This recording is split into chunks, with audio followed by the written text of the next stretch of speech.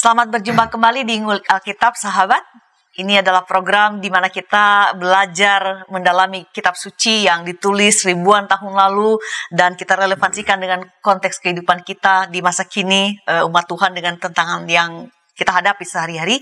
Saya, Pendeta Mestika Hulu, akan memandu bincang kita di Ngulik ini, dan di episode ini kita mengulik Keluaran 14 ayat 15-31 dengan tema predestinasi Allah untuk Firaun. Untuk mengulik teks kita ini telah hadir Bapak Pendeta Yohanes Bambang Mulyono. Beliau adalah Pendeta Universitas Maranatha Bandung. Bapak, terima kasih atas kehadiran Bapak sebagai narasumber di Ngulik Alkitab ini. Ya, sama-sama Bu Tika. Sahabat, silakan jika ingin berinteraksi bisa meninggalkan komentar di chatroom yang tersedia atau juga bisa menanyakan hal-hal yang dirasa perlu kepada Bapak Pendeta YBM yang menjadi narasumber kita kali ini. Seperti biasa, tiap-tiap kali kita mengawali ngulik kita akan berdoa dan dipimpin Bapak Pendeta YBM. Silakan, Pak. Ya, mari kita bersama berdoa. Bapak yang Maha Baik, kami sering kali bertanya tentang orang-orang yang melakukan kekerasan, yang melakukan kejahatan, namun mereka menganggap diri mereka benar. Mereka bersikap mengeraskan hati. Yang timbul dalam pertanyaan kami adalah, apakah sikap mereka yang mengeraskan hati merupakan takdir dari Tuhan? Apakah sikap mengeraskan hati itu merupakan karakter yang sudah Engkau tanam, sehingga mereka tetap melakukan hal yang tidak baik, walaupun telah mendapatkan teguran, bahkan walaupun mereka telah mendapatkan satu sanksi, satu hukuman, namun mereka tetap tidak menganggap bahwa apa yang mereka lakukan satu kesalahan. Dan kami mau berefleksi dengan apa yang terjadi di dalam diri Fir'aun dan juga orang-orang Mesir. Karena itu Bapak, berikanlah kepada kami Roh Kudus-Mu, agar kami dapat mengerti apa yang sebenarnya Engkau ingin nyatakan. Dan bagaimana kalau seandainya kami, orang-orang yang berkeras hati tanpa kami sadari, kami terus-menerus membuat pembenaran demi pembenaran. Akibatnya kami tidak pernah mengenal kebenaran. Tuhan, biarkan Engkau dengan Roh-Mu yang kudus memampukan kami mengerti dengan lebih baik firman Tuhan. Kami serahkan acara kami ngulik Alkitab pada saat ini di dalam penyertaan Tuhan. Di dalam nama Tuhan Yesus kami berdoa. Amin. Amin. Saya akan membaca Keluaran pasal 14 ayat 15-31 yang akan kita ulik pada kesempatan ini. Berfirmanlah Tuhan kepada Musa, "Mengapakah engkau berseru-seru demikian kepadaku? Katakanlah kepada orang Israel supaya mereka berangkat. Dan engkau, angkatlah tongkatmu dan ulurkanlah tanganmu ke atas laut dan belahlah airnya, sehingga orang Israel akan berjalan dari tengah-tengah laut di tempat kering. Tetapi sungguh, aku akan mengeraskan hati orang Mesir, sehingga mereka menyusul orang Israel, dan terhadap Firaun dan seluruh pasukannya, keretanya dan orang yang berkuda, aku akan menyatakan kemuliaanku. Maka orang Mesir akan mengetahui bahwa akulah Tuhan, apabila aku memperlihatkan kemuliaanku terhadap Firaun, keretanya dan orangnya yang berkuda." Kemudian bergeraklah malaikat Allah yang tadinya berjalan di depan tentara Israel, lalu berjalan di belakang mereka. Dan tiang awan itu bergerak dari depan mereka, lalu berdiri di belakang mereka. Demikianlah tiang itu berdiri di antara tentara orang Mesir dan tentara orang Israel.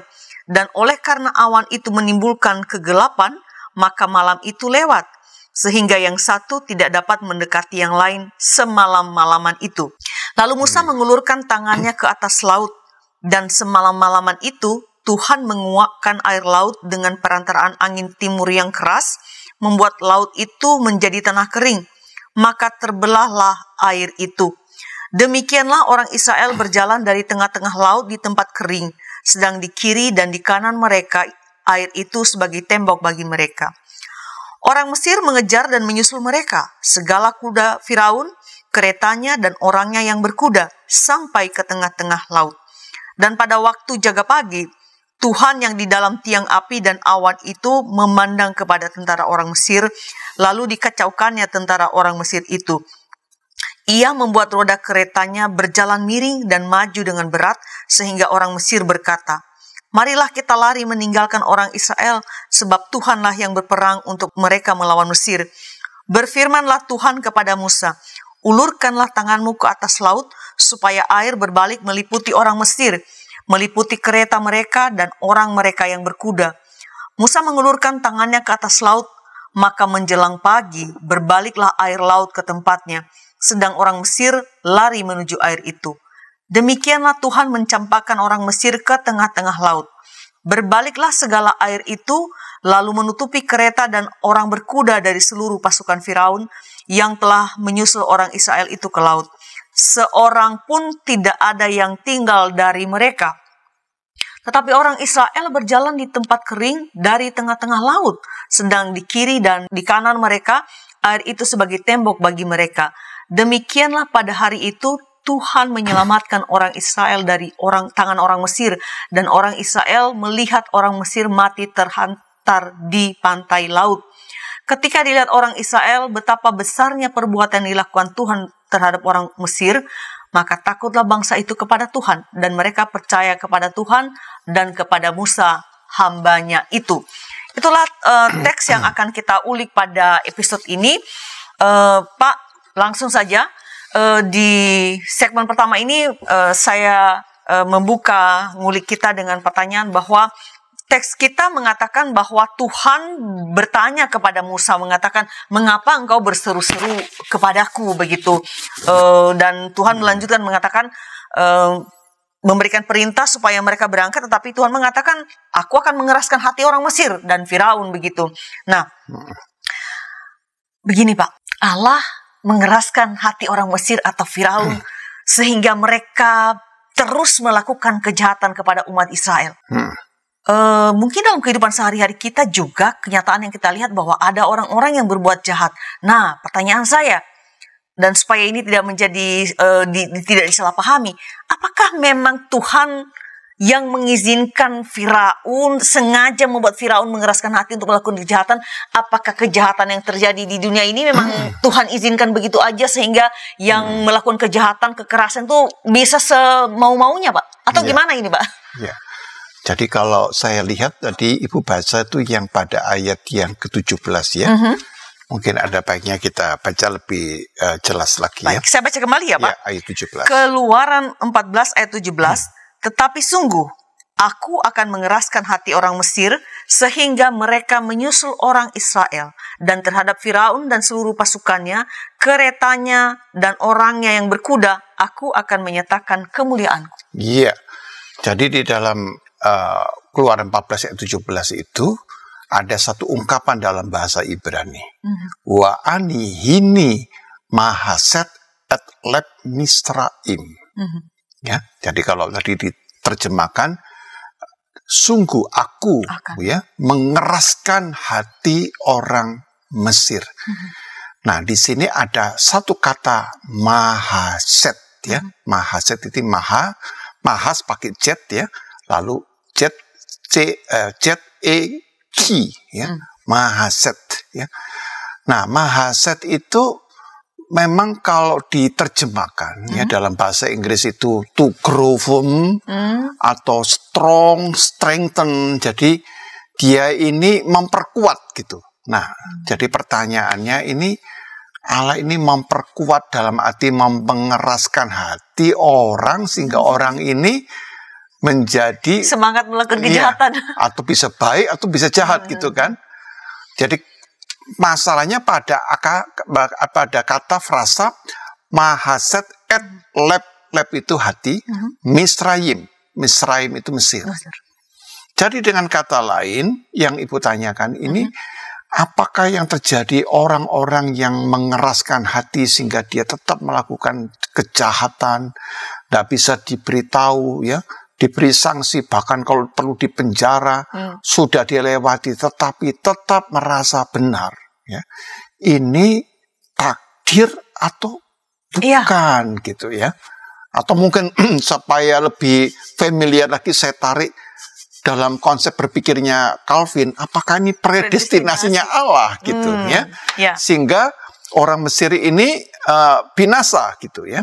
Nah, karena kita tahu bahwa di dalam pemikiran Johannes Calvin ya tentang predestinasi ya, itu Calvin mengatakan bahwa semuanya terjadi berakar kepada kedaulatan Tuhan, the sovereignty of God gitu. Jadi predestinasi itu dipahami sebagai haknya Tuhan ya. Jadi kedaulatannya Tuhan. Nah, kedaulatan Tuhan yang bagaimana? Ada yang diselamatkan, ada yang sebagian tidak diselamatkan ya. Jadi kalau pakai cara berpikirnya Johannes Calvin, maka orang-orang Mesir ini memang ditentukan untuk tidak selamat gitu ya. Nah, orang Israel ini diselamatkan gitu ya. Nah, berarti di sini ada pemilihan ya. Jadi pemilihan ataukah penolakan atas umat tersebut bukan karena orang Mesir ini kurang baik. Ya memang dia sudah ditentukan oleh Tuhan ini untuk dibinasakan. Nah, orang Israel bagaimanapun ya tetap selamat gitu ya. Nah, di sini masalahnya itu. Ya, apakah kedaulatan Tuhan ini merupakan kedaulatan yang didasarkan oleh keadilan? Ya. Karena di dalam kembali kepada cara berpikirnya Calvin bahwa Allah itu tidak menciptakan manusia semua orang dengan kondisi yang sama. Jadi cara berpikirnya tidak Allah itu tidak menciptakan manusia itu dengan kondisi yang sama. Ya. Sebaliknya Allah telah menentukan dan menakdirkan kehidupan kekal bagi beberapa orang dan hukuman kekal bagi orang yang lain gitu. Ya. Nggak ada harapan dong yang udah ditentukan nggak selamat ya, nggak ada harapan nih Pak. Ini masalahnya di situ. Ya. Jadi ini menyangkut soal keputusan Allah, gitu ya. Jadi hak prerogatifnya Tuhan gitu ya. Mengapa itu terjadi kepada orang yang kurang baik tapi diselamatkan? Ya karena itu kemahamurahan Allah. Jadi walaupun kurang baik ya pokoknya Allah akan menyelamatkan dan akan memproses ada jalan keluar bagi mereka supaya intinya tetap selamat. Jadi tidak tergantung oleh perbuatan baik atau jasa-jasa mereka. Jadi kalau mau dipertajam lagi Bu, tadi kan kata mahaset gitu ya, itu apakah itu kalau ditarik dalam akar katanya, yaitu kata casak ya, C-H-A-Z-A-Q ya, casak. Apakah casak itu takdir ilahi? Ini pertanyaannya di situ. Karena kata casak itu diterjemahkan oleh Alkitab kita, Lembaga Alkitab Indonesia dengan kata mengeraskan. Nah, bisa mengeraskan hatinya Fir'aun, bisa mengeraskan umat Mesir ya, orang-orang Mesir gitu ya. Ya, tetapi intinya baik Fir'aun maupun orang Mesir memang sudah ditakdirkan kalau pakai termnya Calvin ini ya, untuk supaya mengambil keputusan yang salah sehingga mereka mengalami kebinasaan. Oke, Pak, belum tuntas rasa penasaran saya begitu tentang predestinasi ini dan tentang sebuah pernyataan apa yang dituliskan oleh penulis Keluaran ini mengatakan bahwa di ayat 17 yang sudah saya bacakan tadi bahwa Tuhan berkata, aku akan mengeraskan hati Mesir begitu, dan karena kekerasan hati mereka kemudian nanti mereka mendapatkan hukuman di sana di tengah-tengah Laut Teberau. Nah, pertanyaan saya selanjutnya Pak, apakah benar memang Allah menakdirkan sebagian orang selamat dan seperti yang juga dikatakan oleh Calvin itu dan sebagian lagi binasa? Ini tentu saja dikaitkan dengan teks yang kita ulik karena begini Pak, kasihan sekali ya kehidupannya, mau bagaimanapun juga udah ada like or dislike begitu, tidak ada harapan lagi Pak. Jadi apa benar Allah setega itu Pak atau gimana? Jadi tentunya cara membinasakannya dalam konsepnya predestinasi Allah ini adalah Sepertinya Allah mengeraskan lalu mereka mengambil keputusan yang salah. Nah, mari kita baca misalnya di dalam Keluaran 14 ayat 28. Ya. Saya baca kembali ya. Baiknya kita baca ya. Keluaran pasal 14 ayat 28. Saya bacakan. Berbaliklah segala air itu lalu menutupi kereta dan orang berkuda dari seluruh pasukan Firaun yang telah menyusul orang Israel itu ke laut. Seorang pun tidak ada yang tinggal dari mereka. Ya. Jadi sepertinya dijebak gitu ya. Mereka ada orang Israel bisa jalan dengan selamat, lalu mereka juga mengejar gitu kan. Nah, Tuhan memerintahkan ya supaya Musa mengulurkan tangannya ke atas laut ya. Lalu airnya berbalik. Air itu berbalik lalu menutupi kereta dan orang berkuda dari seluruh pasukan Fir'aun. Dan akibatnya selesai binasa semua begitu. Nah, inilah yang menjadi pertanyaan. Jadi kalau kita misalnya ya pakai cara berpikirnya Calvin, tepatnya orang Calvinis ya, membaca ini benar ini takdirnya Tuhan ini ya. Ini Allah predestinasinya Allah gitu kan. Iya. Nah, kira-kira ajaran itu mempengaruhi cara kita membaca Alkitab. Iya. Gitu. Baik, kita lanjutkan ulikan kita mengenai predestinasi Allah untuk Firaun ini setelah pesan-pesan berikut ini.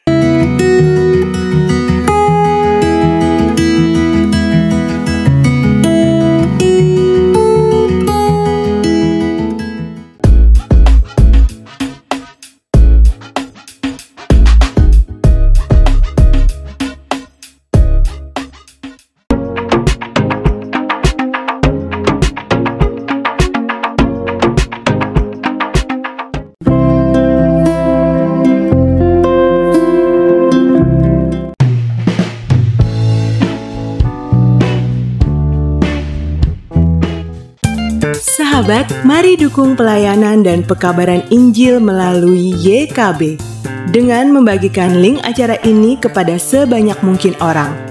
Dukungan juga dapat saudara lakukan dengan mentransfer dukungan finansial ke rekening BCA ke nomor 450 305 2990 450 305 2990 atas nama Yayasan Komunikasi Bersama.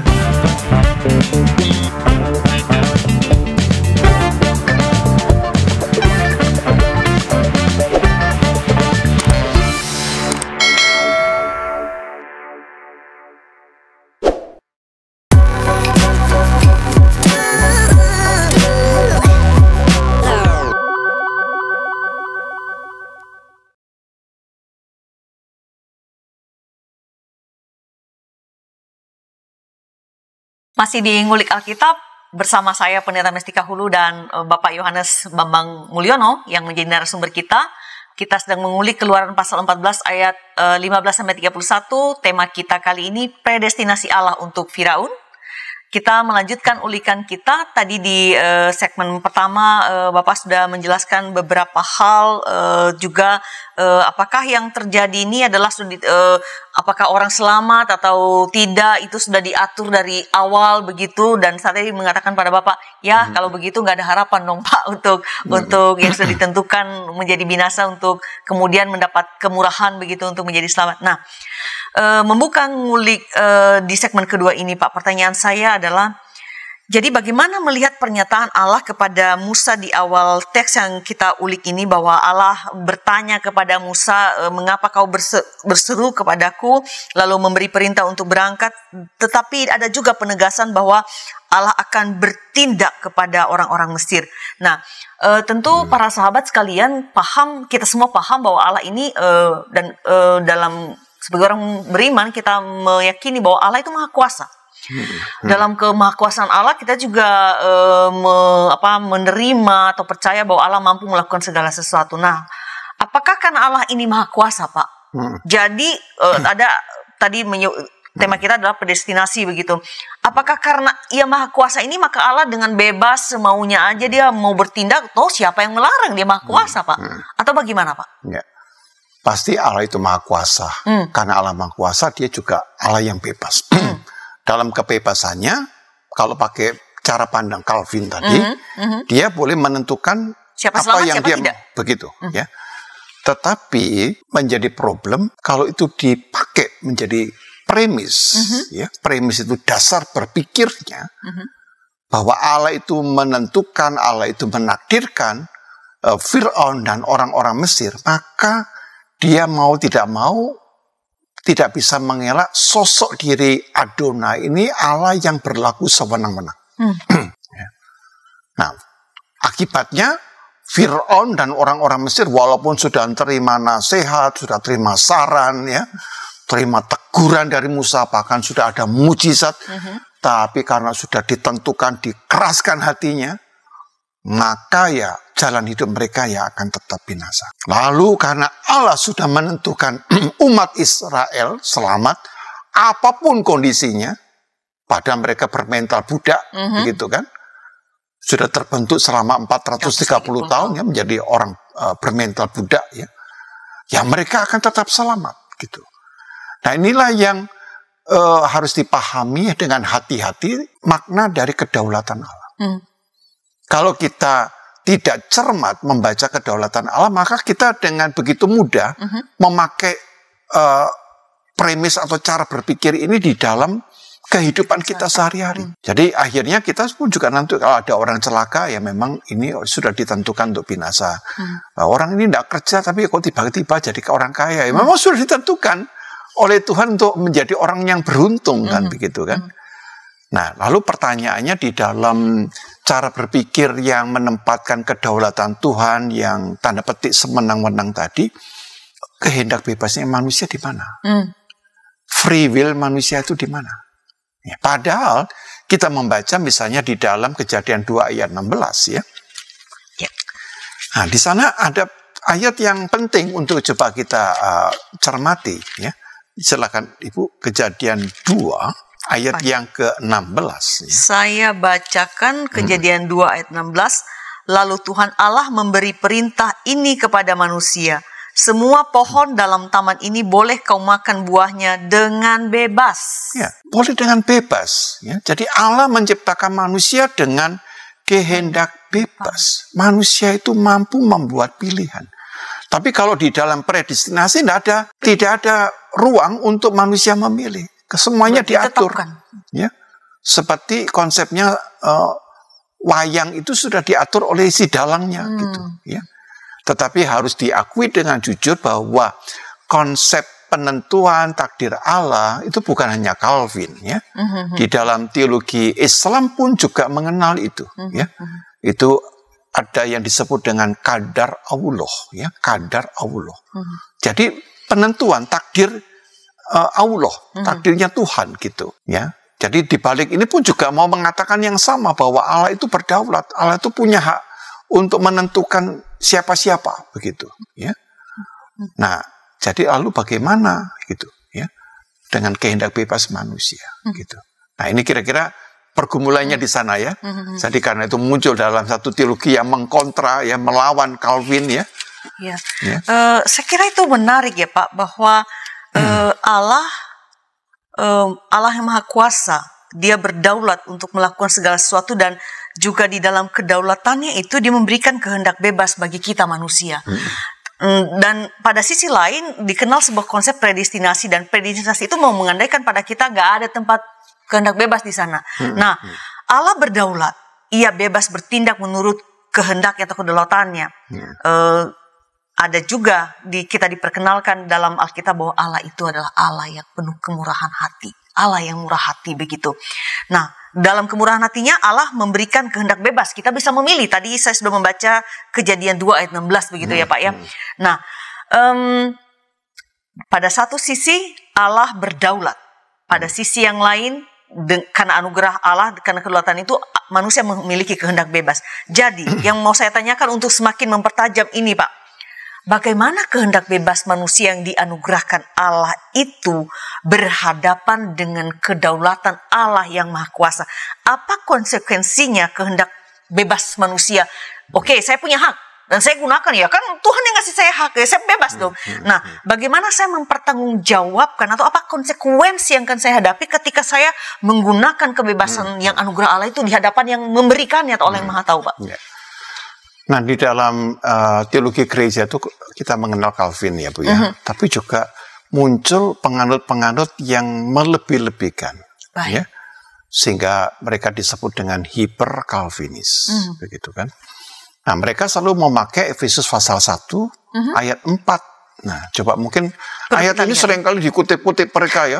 Kalau membenarkan tentang bahwa Allah itu udah menentukan sejak kekal, begitu kan? Nah, selalu dipakai rujukannya adalah Efesus 1 ayat yang keempat, Bu. Silakan, Bu. Ya, saya bacakan Efesus 1 ayat 4. Sebab di dalam Dia Allah telah memilih kita sebelum dunia dijadikan, supaya kita kudus dan tak bercacat di hadapannya. Jadi sebelum dunia dijadikan, Allah telah memilih kita. Ya. Jadi ada yang dipilih, ada yang ditolak. Nah, kalau kita baca ayat yang keempat, ada baiknya kita memperhatikan pula ayat yang kelima. Saya lanjutkan. Nah, Efesus 1 ayat 5. Dalam kasih ia telah menentukan kita dari semula oleh Yesus Kristus untuk menjadi anak-anaknya sesuai dengan kerelaan kehendaknya. Oh, ini dari semula semua. Iya. Dan kalau kita perhatikan kata menentukan ya, di situ kata menentukan memang dalam bahasa Yunani jelas prorisas, ya, prorisas. Nah, artinya predestinate. Memang bahasa Inggrisnya predestinate. Determined before, ya, predetermined. Jadi sudah ditentukan sebelumnya.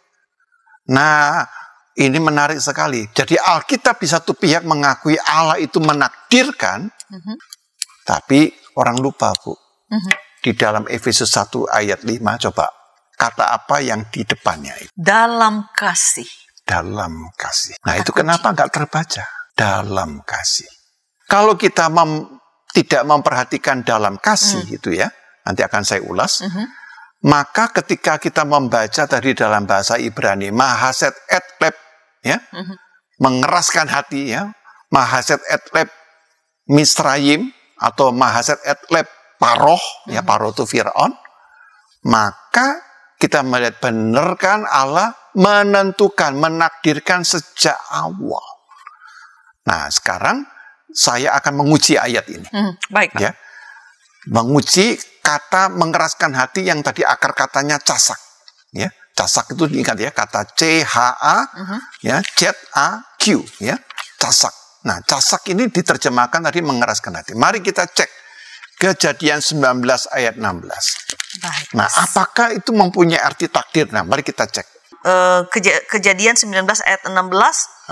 Ketika ia berlambat-lambat, maka tangan istri dan tangan kedua anaknya dipegang oleh kedua orang itu, sebab Tuhan hendak mengasihani dia. Lalu kedua orang itu menuntunnya keluar kota dan melepaskannya di sana. Ya. Kata yang dikatakan dipegang itu ya, ya. Tangan maka istri dan tangan kedua anaknya dipegang oleh kedua orang itu. Nah, itu dipakai kata wayahasiku. Wayahasiku. Nah, wayahasiku itu akar katanya casak. Casak. Jadi kalau kita lihat, justru artinya bukan menakdirkan. Mengasihani. Wayahasiku atau casak itu dipakai malaikat ini memegang ya. Kedua tangan ini apa? Ini menunjukkan belas kasihan Allah. Supaya orang-orang ini tidak binasa. Supaya Lot, ya, istri dan anak-anaknya itu selamat dari bencana yang sedang menimpa kota Sodom dan Gomora. Jadi menarik bahwa casak ini tidak artinya tunggal, menakdirkan. Dipegang ya, memegang kuat-kuat ya, mengeraskan, tapi dalam rangka untuk menolong, dalam rangka untuk melindungi. Nah, itu yang pertama. Sekarang saya akan tunjukkan lagi Kejadian 48 ayat yang kedua. Ini pun juga ada kata casak di situ. Silakan Ibu. Baik, 48. Kejadian 48 ayat yang kedua. Baik, saya bacakan.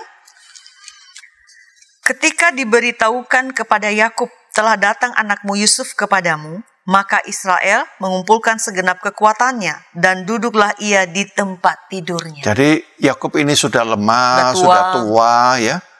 Sudah tidak bisa, tapi ketika datang anaknya Yusuf ya, maka Israel atau Yakub ini mengumpulkan segenap kekuatannya agar ia bisa duduk. Ya. Nah, segenap kekuatannya itu dipakai dalam bahasa Ibrani, wayitaseh. Wayitaseh. Nah, wayitaseh itu ternyata akar katanya juga sama.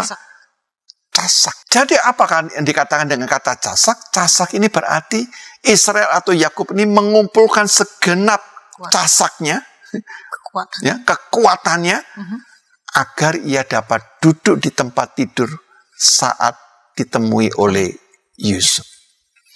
Jadi apa yang dimaksudkan? Bahwa casak dalam konteks ini digunakan untuk menunjuk pada tindakan Yakub yang sedang berupaya memperkuat diri agar bisa duduk dan omong-omong dengan Yusuf ya, pada detik-detik terakhir dari hidupnya. Nah, demikian pula dalam kasus Firaun. Nah, sebenarnya kalau kita membaca ini harusnya lengkap gitu ya. Jadi kalau saya boleh simpulkan sementara bahwa kata casak itu tidak senantiasa negatif. Ya. Jadi casak itu tidak dipahami hanya semata-mata penentuan takdir atau nasib. Ya. Mari kita bandingkan sekarang ya. Baik. Satu ayat yang untuk menguncinya. Keluaran pasal 7 ayat 13. Saya bacakan. Ya, Keluaran 7 ayat 13. Tetapi hati Firaun berkeras, sehingga tidak mau mendengarkan mereka keduanya, Musa dan Harun, seperti yang telah difirmankan Tuhan. Nah, jadi kalau di sini subjeknya bukan Allah yang mengeraskan. Firaun yang berkeras hati. Tetapi hati Firaun berkeras, sehingga ia tidak mau mendengarkan keduanya, seperti yang telah difirmankan Tuhan. Nah, hati Firaun yang berkeras juga pakai kata casak, tapi bukan Tuhan yang mengeraskan, tapi subjeknya ini kepada si pelakunya, yaitu Firaun, dan juga nanti dalam konteks kita adalah orang-orang Mesir. Gitu. Baik, casak berarti dengan demikian tidak bisa dipahami secara sempit ya Pak ya, harus dilihat secara menyeluruh bahwa casak ini memiliki nilai atau makna positifnya juga, seperti tadi pada Yakub yang menguatkan diri, begitu ya, mengumpulkan kekuatannya, casak, atau tadi pada peristiwa Lot begitu, bahwa Tuhan memegang tangan mereka untuk menyelamatkan, supaya bisa lari dengan cepat. Baik, bagaimana lebih lanjut mengenai predestinasi Allah untuk Firaun ini, kita akan simak setelah pesan-pesan berikut ini.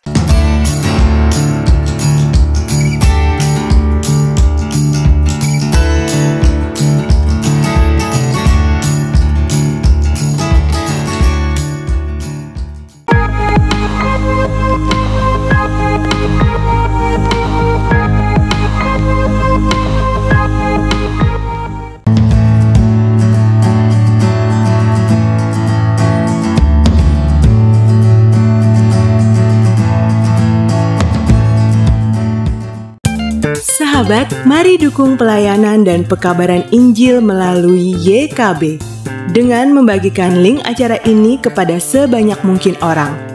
Dukungan juga dapat saudara lakukan dengan mentransfer dukungan finansial ke rekening BCA ke nomor 450 305 2990 450 305 2990 atas nama Yayasan Komunikasi Bersama.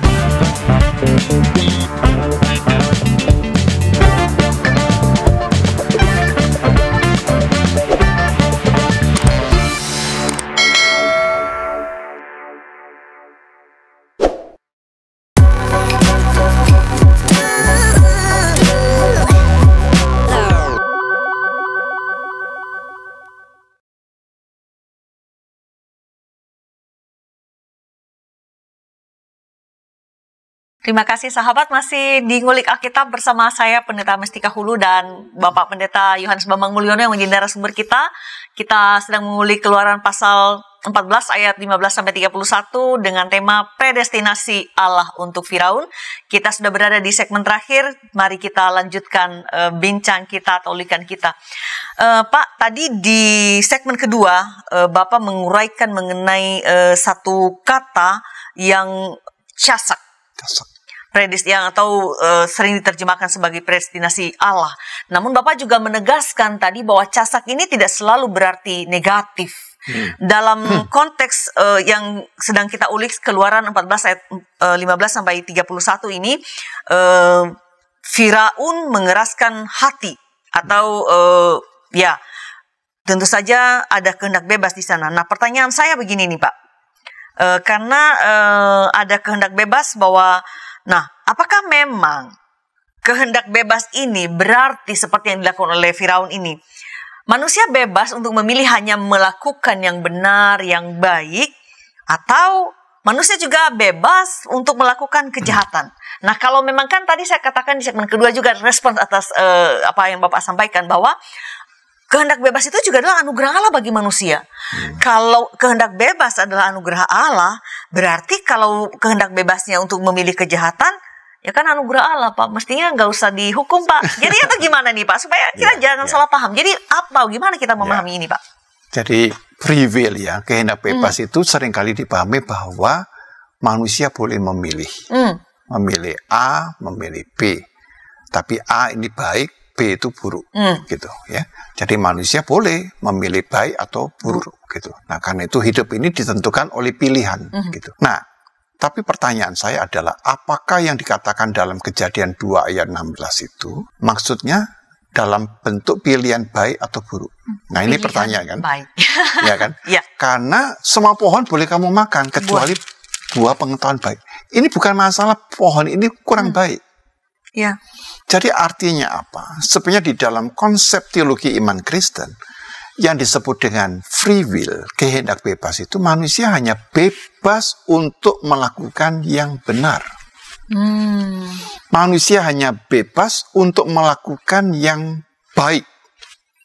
Artinya manusia itu tidak boleh, tidak pernah bebas ketika melakukan atau memilih yang jahat. Nah, kalau tidak percaya begini. Saya pernah tanya, coba kalau kamu melakukan hal yang baik dan benar, apa yang timbul dalam perasaan kamu ketika kamu memilih yang baik? Damai sejahtera. Damai, senang gitu kan. Tapi ketika kita mau melakukan yang buruk, ya, misalnya saya ngomong gini, mahasiswa, kalau kamu mau nyontek, apa yang menjadi perasaan kamu? Gelisah, khawatir, takut. Ya. Ada cemas. Unsur ya cemas gitu kan. Atau orang yang punya niat untuk mencuri gitu ya. Ya misalnya para pencuri walaupun sudah terbiasa, setiap kali mau melakukan aksi pencurian, kira-kira mereka gimana? Ya, takut ketahuan. Ya. Kalau saya lihat di video itu selalu mereka nih kiri kanan. Iya kan? Atau pura-pura atau apa, pokoknya mereka ini orang yang gelisah. Jadi dengan kata lain apa? Ketika kita melakukan yang baik lalu kita bahagia, kita damai, itulah bebas. Tapi ketika kita ini melakukan sesuatu dengan cemas, dengan takut, dengan gelisah, saat itu kita sedang tidak bebas. Jadi kan kehendak bebas. Jadi kalau buahnya ketika melakukannya itu takut, gelisah, khawatir ya, udah belum apa-apa sudah keringat dingin gitu ya Bu ya. Itu namanya tidak kehendak bebas. Jadi dengan kata lain bahwa manusia itu tidak bebas untuk melakukan yang jahat gitu. Jadi, nah inilah yang harus diingat. Jadi bukan kita nih dalam hidup ini boleh memilih. Boleh betul memilih. Memilih yang baik terbaik di antara yang baik. Ya harusnya itu. Pilihlah yang terbaik di antara yang baik gitu. Itulah baru kehendak bebas. Kehendak bebas yang berkualitas lah kalau saya sebutnya demikian.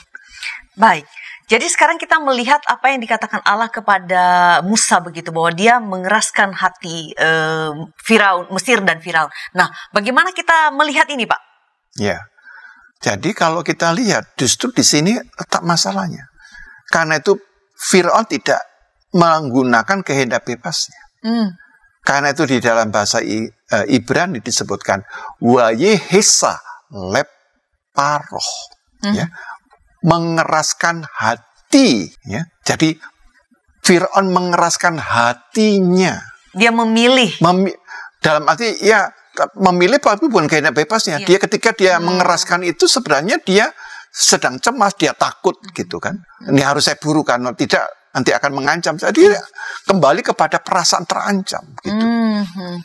Nah, jadi kalau kita lihat bagaimana sekarang menggabungkan. Kalau tadi di dalam bacaan yang pertama Ibu baca Keluaran 14 ayat 17 ya, tapi saya ingat tadi, tetapi Allah berfirman, sungguh aku akan mengeraskan hati orang Mesir, sehingga mereka akan menyusul orang Israel, dan terhadap Fir'aun dan seluruh pasukannya, keretanya dan orangnya berkuda, aku akan menyatakan kemuliaanku. Nah, jadi dalam konteks ini, jelas bahwa kalau tidak hati-hati, tadi kembali, oh benar Allah mengeraskan hati. Ya, wa anihini mahaset et leb Misraim. Seakan-akan, tadi yang saya katakan seakan-akan ya, Adonai atau Tuhan ini sebagai subjek yang mengeraskan hati orang Mesir. Sehingga mereka terdorong untuk mengejar orang Israel yang berjalan di tengah laut, akhirnya dibinasakan oleh Tuhan. Nah, jadi kita bisa melihat, kita harus hati-hati di dalam membaca ini. Supaya apa? Jangan sampai kita memahami the sovereignty of God. Ya, kedaulatan Tuhan dengan cara pandang yang salah. Kalau cara pandang yang salah, yaitu Allah yang kita harus katakan kalau begitu ya Allah sewenang-wenang. Ngapain kita harus beriman kepada Allah yang sewenang-wenang? Ya, Allah yang pilih kasih, lebih tepat Allah yang udah diskriminasi. Iya, udah selamat gak selamat. Kalau kita misalnya bayangkan dia seperti orang tua, anak pertama disayang, anak kedua tidak disayang ya. Nah, dia tidak pantas menjadi orang tua, kan begitu kan. Nah, walaupun ada dalam praktek banyak loh orang tua seperti itu ya kan. Nah, kita harus jujur loh, kita tidak pantas, tidak menjadi teladan. Dan kita akan lupa bahwa setelah kita meninggal, anak-anak kita akan bertengkar. Ya, seperti kasusnya Esau dan Yakub nanti kan. Yakub kesayangannya mamanya Ribka. Terus Esau kesayangannya papanya Ishak. Nah, akibatnya apa? Mereka berkonflik. Nah, kalau seperti itu bagaimana? Dampaknya bisa tidak happy ending ya Bu ya. Kalau untungnya Esau dan Yakub happy ending. Happy ending, ada rekonsiliasi. Ya, ada rekonsiliasi, tapi kan bagaimana banyak sekali prosesnya terjadi. Panjang, tapi bisa terjadi banyak orang yang keluarga-keluarga tidak bisa berdamai. Ya, tetap bermusuhan keluarga ini. Nah, bagaimana kita harus menjawab? Nah, itulah saya katakan, mari kita baca dengan lebih baik Efesus 1 ayat 5. Gitu. Saya baca kembali ya Pak. Baiknya dibaca lagi supaya kita menjadi lebih baik memahaminya. Ya, lebih baik memahaminya. Baik, Efesus 1 ayat 5 saya bacakan kembali sahabat. Dalam kasih, Ia telah menentukan kita dari semula oleh Yesus Kristus untuk menjadi anak-anaknya sesuai dengan kerelaan kehendak-Nya. Nah, ini yang tidak terbaca tuh anehnya bagian depannya.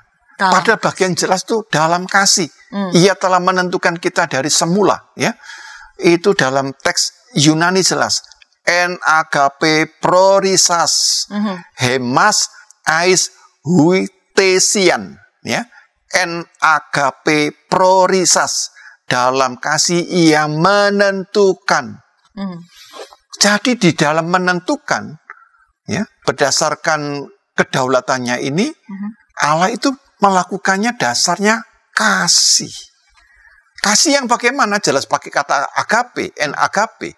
Kasih yang tanpa syarat. Jadi artinya penentuan takdir Allah itu tidak pernah dilakukan di luar kasihnya. Nah, karena itu bagi ya mudah-mudahan pemirsa ya tidak ada yang hiper Calvinis gitu kan. Ya toh. Terus agung-agungkan seakan-akan yang dikatakan Calvin misalnya. Padahal kalau saya baca ya tidak selalu begitu gitu kan. Kita saja yang memberikan persepsi yang terlalu ekstrim gitu kan. Jadi prinsip kasih Allah dalam menentukan kehendaknya. Maka kalau itu dikatakan pandangannya Calvin ya sorry saya katakan. Calvin itu ajarannya kurang memadai gitu kan. Nah kita kadang-kadang tidak berani mengkritik gitu kan. Nah kalau Alkitab saya tidak mengkritik gitu kan. Tapi kalau siapapun tokoh, siapa saja boleh dikritik gitu. Jangan sampai kita menjadi orang-orang yang mengkultus individukan seseorang sampai kita tidak bisa mengenal kebenaran ini. Jadi kalau boleh saya katakan bahwa kelemahan ajaran predestinasi Calvin ini saya sebutkan, baiknya saya sebutkan ya Bu ya. Silakan Pak. Jadi ada 5 ya. Kelemahan ajaran predestinasi Calvin. Yang pertama, benar apa tidak apa yang saya katakan ini? Jika Allah telah menentukan umat yang dipilih, semuanya dipilih, gereja tidak perlu melakukan tugas penginjil. Sebab dengan penentuan Allah, toh nanti orang yang dipilih itu pasti selamat. Udah ditentukan dari semula. Jadi gereja tidak perlu melakukan tugas pemberitaan Injil. Yang kedua, jikalau Allah telah menentukan segala sesuatu, saudara juga tidak perlu berdoa. Ya, sebab tidak ada upaya atau tindakan manusia yang bisa menggugah atau mengubah hati Allah. Ngapain kamu berdoa? Sudah ditentukan oleh Allah kok. Allah sudah tahu kok. Jadi tidak perlu berdoa. Yang ketiga, jikalau Allah telah menentukan segala sesuatu, ya, termasuk yang buruk, maka tidak terelakkan Allah juga menciptakan dosa. Oh, ini fatal nih. Ya kan? Allah menciptakan dosa. Dia juga menentukan kok. Yang keempat, jikalau Allah telah menentukan segala hal, ya, termasuk yang baik, maka tidak mungkin ada celah bagi realitas dosa. Enggak. Jadi yang menentukan baik. Kenapa ada dosa? Berarti bukan dari Allah. Berarti Allah ini yang yang telah menentukan yang baik adanya, tapi kalau bisa kecolongan, nah berarti dia tidak maha kuasa. Ya. Ini berbahaya. Berbahaya sekali. Wong Allah menentukan yang baik, tapi ternyata dosa masih bisa menguasai. Berarti dia tidak maha kuasa. Yang kelima, jikalau Allah telah menentukan segala sesuatu, seharusnya tidak ada neraka, tidak ada hukuman kekal. Ya. Jadi Allah tidak perlu menyediakan neraka bagi orang yang tidak dipilih. Ya. Sebab mereka tidak dapat selamat bukan karena kesalahannya mereka, karena Allah sudah menentukan. Allah yang menentukan. Nah, ini akan menimbulkan problem-problem teologis yang besar, bahkan problem-problem etika, problem-problem moral gitu. Nah, ini tentunya orang bertanya, predestinasi itu sebenarnya ajaran Alkitab atau bukan gitu ya. Sampai di sini orang biasanya mengawasi saya dengan lebih cermat ini. Ayo ngomong apa itu ya? YBM itu ya ngomong apa gitu ya. Nah, saya boleh jawabnya. Sekarang saya tampilkan ya. Bahwa pertanyaan yang mendasar adalah apakah Alkitab itu mengajarkan penentuan ilahi? Predestinasi. Jawaban saya, ya. Allah memiliki kuasa dan wewenang yang berdaulat. Ya, tetapi ada komanya, Ibu. Tetapi kedaulatannya Allah itu bukan kedaulatan seperti seorang penguasa yang memanipulasi kekuasaannya agar dia memperoleh hormat dan pujian dari orang-orang yang dipimpinnya. Jadi kalau saya ditanya, Bapak sebagai pendeta percaya nggak pendeta GKI? Predestinasi, percaya. Tapi predestinasinya itu saya pahami tidak seperti itu. Nah, bagaimana yang Bapak pahami? Pertama, saya percaya ada predestinasi Allah, kedaulatan Allah, tetapi kedaulatan Allah yang mengasihi dan menyelamatkan. Sehingga kedaulatan Allah tidak pernah saya pahami sewenang-wenang. Yang kedua, Allah tidak menentukan segala sesuatu terjadi. Kalau Allah menentukan segala sesuatu terjadi, berarti Allah tidak memberi ruang kepada kehendak bebas manusia. Ya. Sebab ditentukan dalam hidup ini respon dan tanggung jawab manusia. Dan yang ketiga, kedaulatan Allah itu dalam arti Allah yang membebaskan, bukan mengendalikan secara mekanik. Nah, kalau saya tangkap tadi yang kata-kata yang dikatakan oleh hiper-Calvinis ini adalah mengendalikan secara mekanis. Harusnya Allah mengendalikan itu. Keputusannya Fir'aun, keputusannya orang-orang Mesir. Ya. Karena Allah yang kita kenal di dalam Trinitas adalah Allah yang senantiasa merencanakan keselamatan dan damai sejahtera. Dia bukan Allah yang merancang kecelakaan atau kebinasaan. Jadi sikap saya terhadap orang-orang yang hiper-Calvinis, saya akan jawab seperti itu.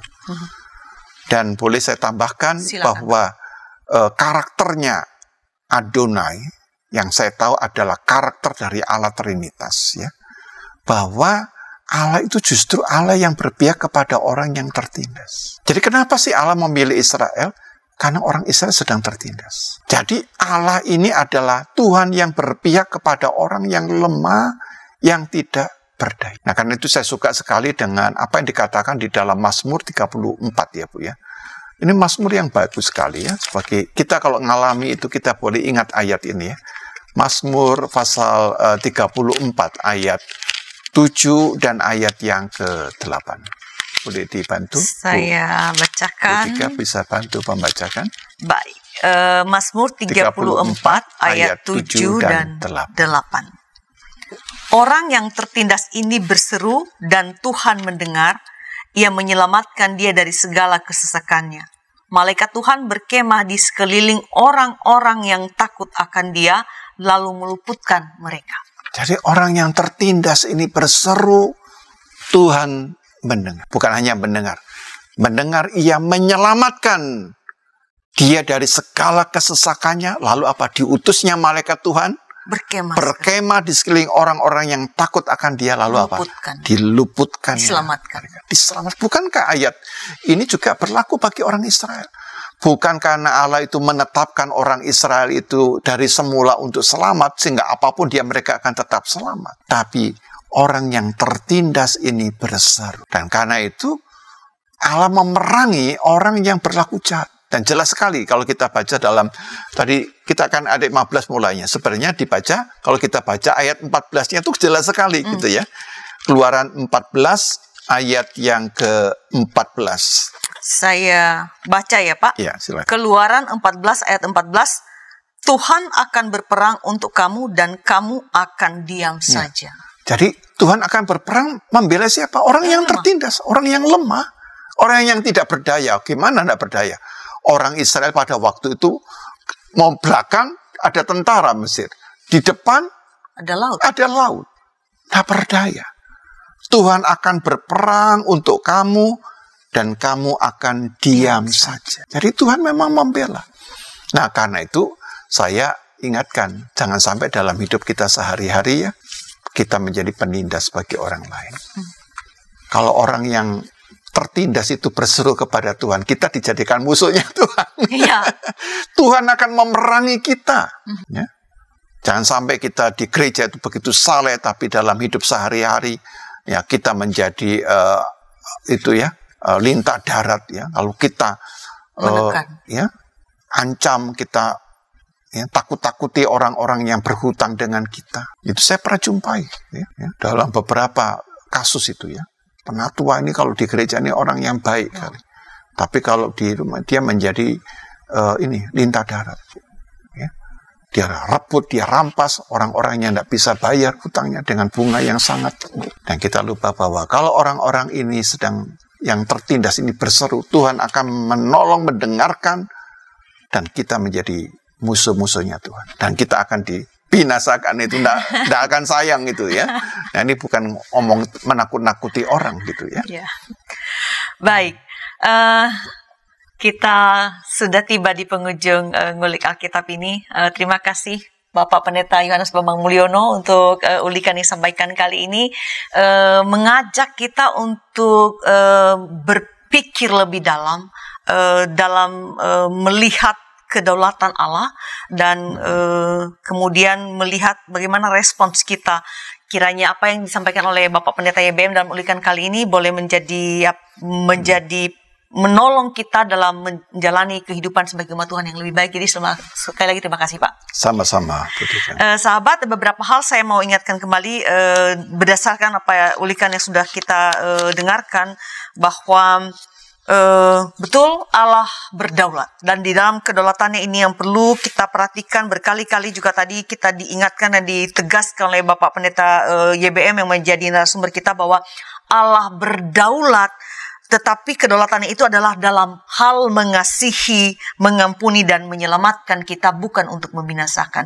Jadi apakah memang Allah ini menentukan menggunakan kedaulatannya? Ya, tapi bukan untuk kesenangan-senangan, tetapi untuk mengasihi dan menyelamatkan. Nah, kemudian kita juga diingatkan bahwa Allah mengaruniakan kehendak bebas kepada kita.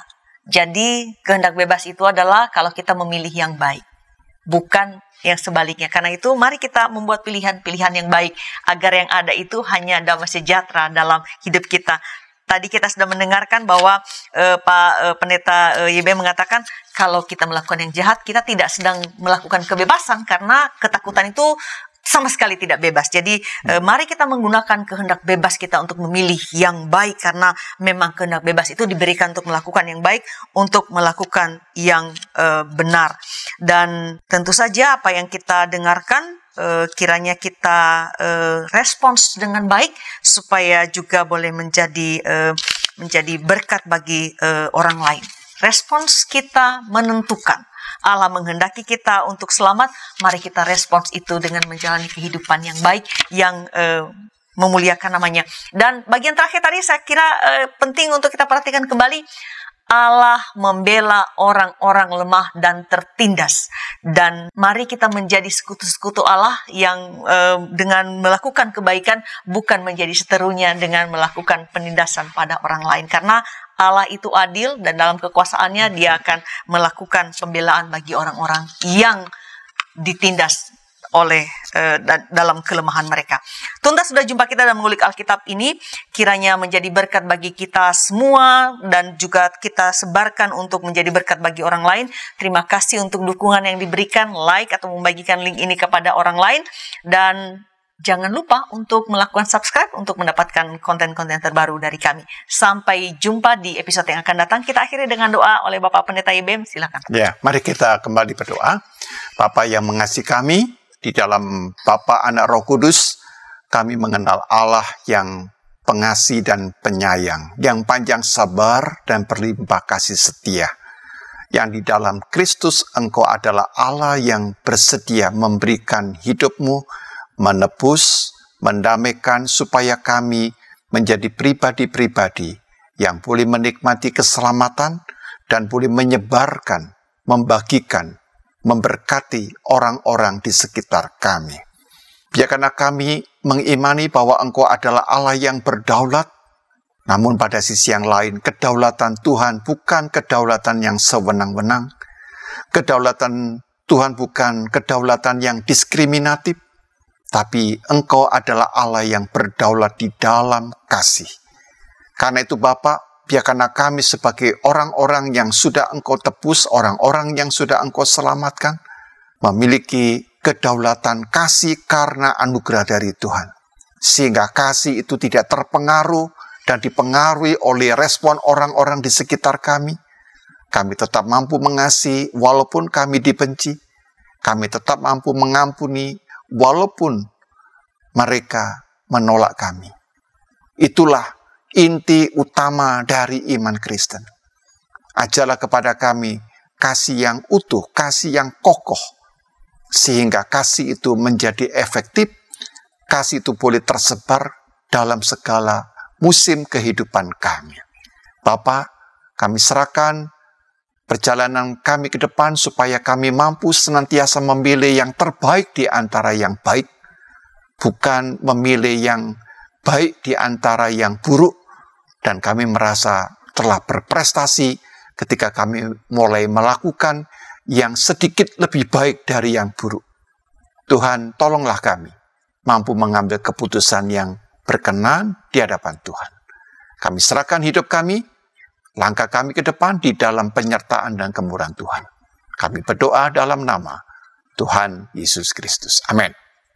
Sahabat, mari dukung pelayanan dan pekabaran Injil melalui YKB dengan membagikan link acara ini kepada sebanyak mungkin orang. Dukungan juga dapat saudara lakukan dengan mentransfer dukungan finansial ke rekening BCA ke nomor 450 305 2990 450 305 2990 atas nama Yayasan Komunikasi Bersama.